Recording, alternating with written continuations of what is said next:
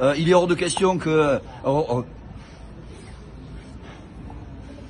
Il est hors de question que j'annonce à ma compagne qu'on abattra tout son troupeau pour une bête malade. Hors de question. Ça, si elle ne veut pas l'entendre, eh bien on arrachera des routes, on fera sauter les ponts, c'est pas un problème. Et s'il faut en arriver plus loin avec les gendarmes mobiles, eh bien tant pis. Si elle nous y pousse, on les fera. Mais aujourd'hui, il faut qu'elle comprenne que la détresse agricole et la colère agricole, elle les a mises jeudi dernier. Aujourd'hui, on ne discute plus. Elle a qu'à appliquer la suspension des abattages. C'est le seul moyen qu'elle a de sortir la tête haute de ça. C'est tout. Après, nous, on rigole plus, c'est fini. Donc là, vous restez en l'état, vous bougez. Mais il n'y a rien du tout. Moi, je vais me taper 3 heures de route, 2 heures de réunion pour rien. J'ai autre chose à faire. J'ai la mise en place de la vaccination à faire chez moi, protéger des élevages et peut-être dire aux éleveurs de cacher des animaux malades pour pas perdre tous leurs troupeaux. Voilà. Elle a 3 mois de retard en Occitanie sur la vaccination, on a 3 mois de retard sur la maladie et elle veut rien entendre. Demandez aux autres ce qu'ils vont en penser. Vous allez voir comment la colère elle y est. On va continuer à buter les vaches pour rien dans ce pays, des vaches saines. Ils nous font chier, ils n'écoutent rien de ce pays de merde. Des éleveurs, ça va finir au bout des cordes tout ça. Des bons à rien, j'ai pas d'autre mot. Un génocide ils sont en train de faire, un génocide en France. Là, on parlait à un mur de Madame la Ministre. Moi, j'appelle l'opinion publique à nous suivre. Il y en a marre.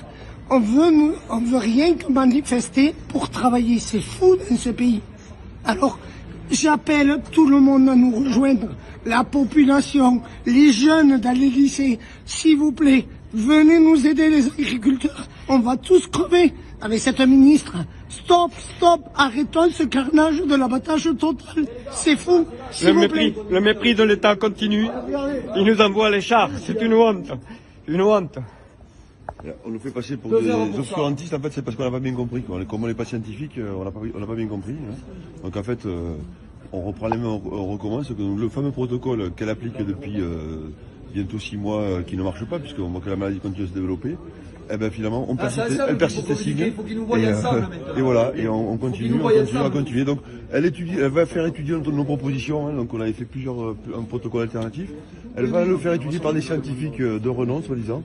Et je sais pas, en janvier, février, mars, avril, on aura peut-être une réponse. En attendant, on va continuer à buter des vaches. C'est scandaleux. Regardez les médias.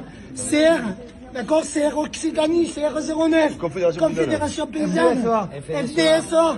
Mais FDSA local, parce que... Local, hein. Oui, Radio National, c'est local. Rousseau n'était pas là. Population. Il y a les chiens aussi de l'Ariège. La Fédé de l'Ariège. Le plus gros troupeau français abattu en Ariège. Regarde, elle veut sortir, faudrait pas qu'elle soit bloquée. Vous vous rendez compte?